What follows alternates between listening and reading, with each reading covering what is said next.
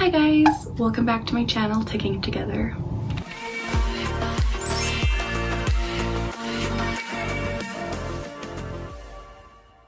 As always, the goal of this channel is to provide education about and to raise awareness as to what it's like living with Tourette Syndrome. In today's video, I'm doing an interview for an educator who wanted me to answer some questions about living with Tourette Syndrome, and I really hope it helps you guys if you're out there with Tourette's, with a tic disorder, or if you're just wanting to learn about it. This is kind of my story, and I'm going to be responding to the questions that this specific individual has asked me.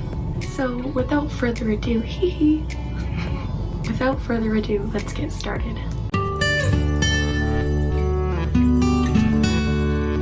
So my name is Carly, I'm 22 years old, and I was diagnosed with Tourette syndrome when I was 12. So it has been over 10 years of dealing with tics for me. I first started having tics when I was probably like really bad ones at around 10, but my parents also have told me that they've seen me ticking as young as 3 years old. So I've pretty much had tics my whole life. It's definitely been a journey for sure.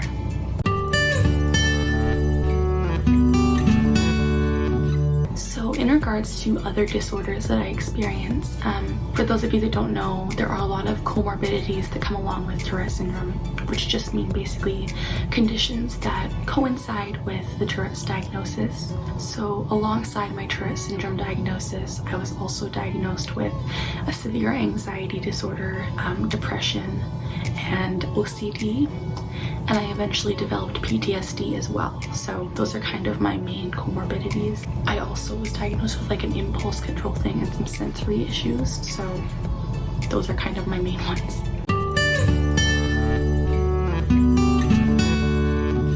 For me, tics are honestly just really uncomfortable. They're embarrassing.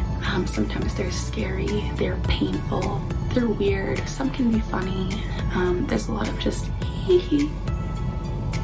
There's a lot of just random ways I describe my tics, but most of them are in a negative connotation. For me, tics feel like a cough or a sneeze or an itch in a neurotypical person. So for example, if you have the urge to cough, you're gonna get that really itchy feeling in your throat. But basically, in regards to tics, the whole world would be telling you, hey, don't cough, like it's not okay. And so you hold in your cough, and it just, you know how that feels uncomfortable, and you don't really, like, no one should be holding in their coughs if you have to cough. And so for me, that's kind of what a tic feels like. It feels like just something that is a build-up in my body. It feels like electricity, it feels like fire, it feels like burning. It just feels like I have to do it and get it out to feel better. So to answer the question, tics are painful, they're involuntary, some are scary, some are funny. It really depends on the day, but I'm not a fan of them. But I don't remember a life without tics. Triggers, this is a good question. So I have a whole video on this, which I will link up there, but I have a ton of triggers. So go away, go away, hello, hi, hello.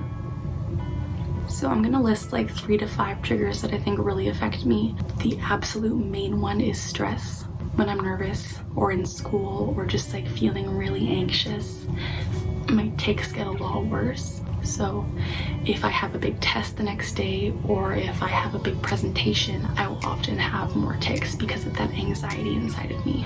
Another trigger for me is close contact. So sometimes I love hugs. Honestly, I love hugs all the time, but sometimes when someone is near me, say they're touching me or they're even close to me, that part of my body that they're near will tic. So if someone holds my arm, I will often do my arm jerking because it's kind of like a weird physical trigger.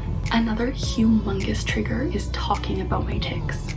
And this may seem weird considering that this whole channel that I have is dedicated to talking about tics, but when I talk about it, when someone mentions them to me, that's a huge trigger, and I will often tic a lot more. So yeah. Another trigger that I wanted to mention that is kind of odd, and I'm not sure how many people relate to it, is temperature extremities. So So I live in Canada. Sometimes it gets to minus 40 degrees Celsius, and when that happens, I get a lot more ticky. And it's like the cold air on my skin just kind of triggers the tics. It's hard to explain, but that is definitely a valid trigger for me. And when it gets really hot to plus 30 degrees Celsius, like the sweatiness of the skin, the temperature on my skin, it just makes me uncomfortable. And as a result of being uncomfortable, I tic more.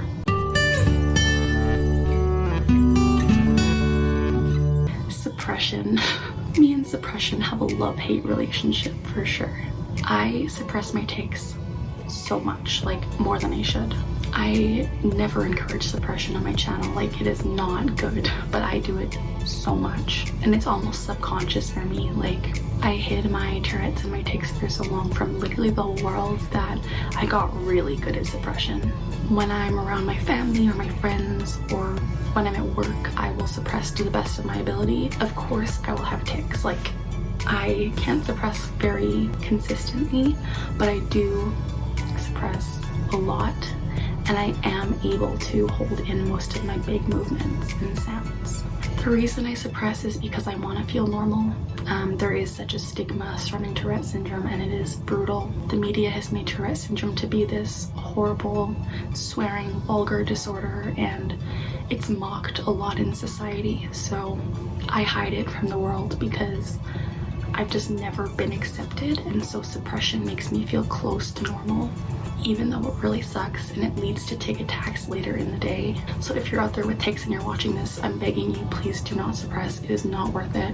But to answer the question from the interviewer, I often do suppress.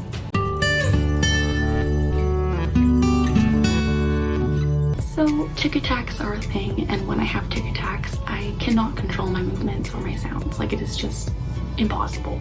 For the most part with my tics, I am able to control them when I need to.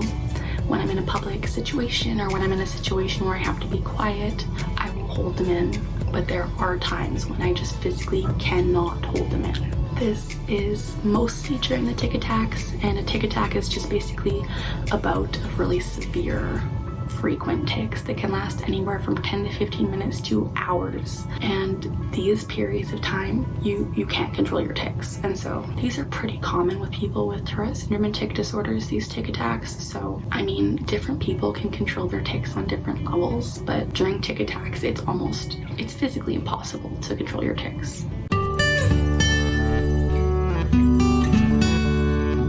In regards to treatment, I currently take medication, and I have been on medication since I was 12 years old. So when I was first diagnosed, the doctors put me on medication. And I never really thought about it. I just kind of was like, oh, there's something wrong with me, so I need medication. And I was put on a variety of different drugs to control the tics. A lot of them didn't work. A lot of them were really, really awful and made me fall asleep literally everywhere. Like, it was brutal. But I'm currently on 2 medications for my tics and Tourette Syndrome, and they've helped me a lot, to be honest. The side effects have been absolutely brutal and almost not worth it, but the way they've helped my tics has been really appreciated. I'm able to sit and film and talk to you guys without having movements constantly, which is really great. I know not everyone is as lucky as me in that way, but yeah. So I have tried medication. I have tried CBT, cognitive behavioral therapy. I've talked to counselors with like talk therapy, but different things work differently for different people.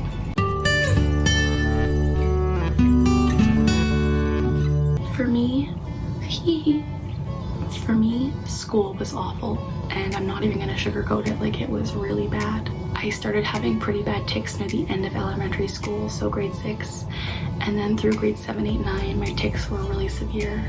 The way I dealt with it was to not tell my school. I didn't tell my counselors or my principal or any of the teachers. I literally just tried my best to hide it and suppress all day, which is horrible. School for me was not good. I would literally be in class and then run to the bathroom and have a tic attack, and then run back to class, sit down in the chair, do subtle movements and sounds, then go back to the bathroom and repeat over and over again through the whole day, just because I was so ashamed and I didn't want to tell people. So in school, for at least junior high and the beginning of high school, I got 0 accommodations for my Tourette syndrome, and it was really hard. I had like no friends, so that was also hard. There was really no support system outside of my family, and school was just not a good place for me. I never felt welcomed. I always felt different. I always felt weird and like the odd one out. No one ever picked me for playing or games or like to be on their team in gym class. I was always the odd one. But in high school, near the end of it, I did eventually tell my school that I had Tourette syndrome, and it was the best decision I ever made because I was given accommodations for my test taking as well as my tic attacks in class. So for example, I was able to write my tests in a separate room from everyone else, which was really helpful.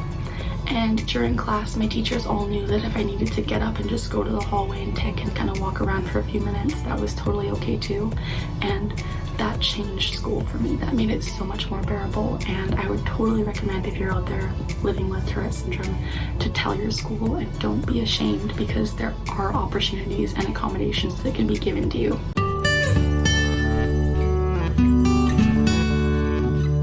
So Tourette's affects my daily life in literally every way. Every way.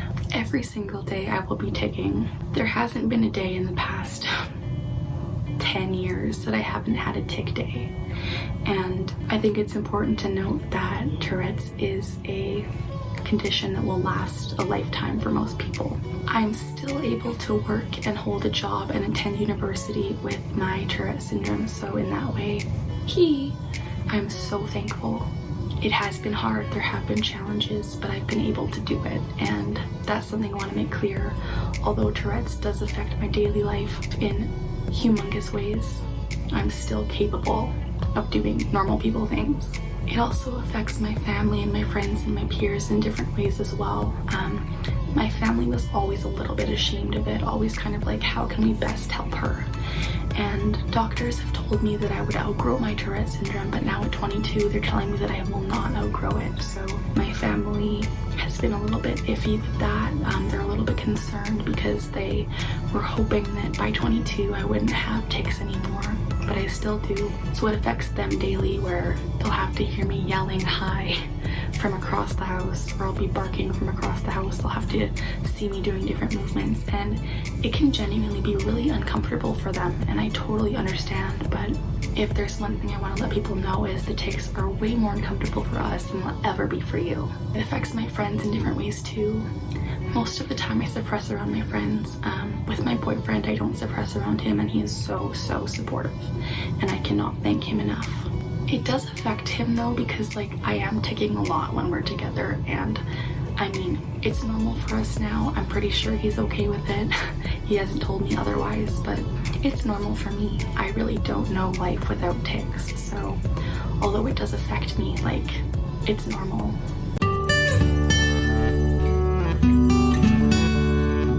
I think the biggest challenges of living with Tourette syndrome is definitely the stigma presented on it. Like, that is the biggest thing. When I tell people like, hey, I have Tourette's, they're like, oh, so you swear. And that's not all Tourette syndrome is. In my channel here, I've made it clear that coprolalia is the swearing tic that causes only 10 to 15% of people with Tourette syndrome to swear, and so it's quite rare. But the media has made Tourette syndrome out to be this really vulgar and scary disorder where people are crazy and just all of this negative stuff. So I think the biggest challenge of living with Tourette syndrome is overcoming this stigma and being like, you know what? I'm normal. I just have a few tics and a few minor setbacks, but I can get through daily life like you too, like we're the same. Another big challenge is the painful tics. Tics can be super painful, especially after doing them repetitively all day. Imagine moving your body in the same way 50 times in an hour. Like, that sucks. It really hurts. A lot of the tics are painful, so that's another huge challenge, is just trying to find ways to manage the pain, physical and mental, because Tourette's does come with a lot of pain. I think another challenge that I wanted to mention is that just people don't really know the truth about Tourette's. This kind of goes back to the media one, but people don't know. In reality, 1 in 100 people will experience tics at some point in their lifetime. And this is another huge challenge of living with Tourette syndrome, is people just don't know the truth about it. And so my goal of this channel is to educate you guys on what it's like living with Tourette syndrome. So I hope you follow along on my journey.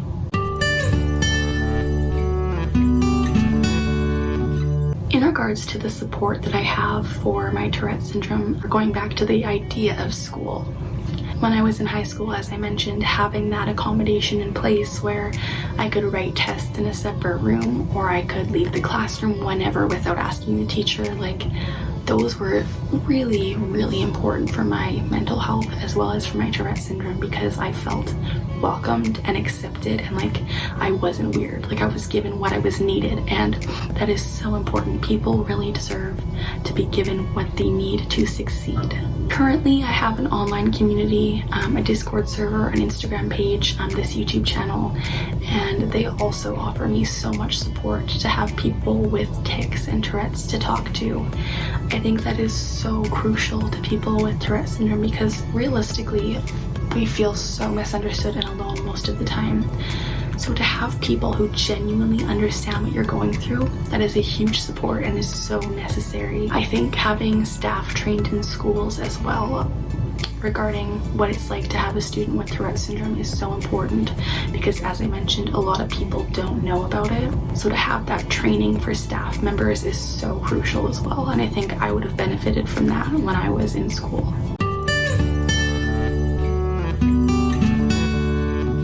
So COVID-19 actually kind of has impacted my daily life with Tourette syndrome. During lockdown and quarantine, I was at home all the time, and it made me feel a little bit better to let out my tics and be myself, which is really sad to say, but not having that constant pressure of being watched or being stared at was really nice to just have a break from that and to feel like, okay, I can take it home and no one's gonna judge me. So in that aspect, it's benefited me in a good way. It's also been kind of negative just having that isolation feeling, like there's good and bad to everything, but being isolated from friends and family has been really hard, I think, for everyone, not just for people with Tourette syndrome. But in regards to living with Tourette syndrome in the time of COVID-19, it is kind of nice to be able to take it home and not feel pressure.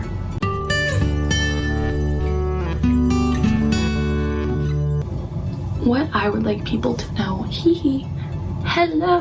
about what I would like people to know about living with Tourette syndrome is to go away, is to embrace yourself and live authentically. If you're out there with Tourette syndrome, please, please, please live authentically. It's taken me over 10 years to realize, like, hey, this is something I have, and why not embrace it and provide education to people out there who may not know about it. So by living authentically, it makes your life better.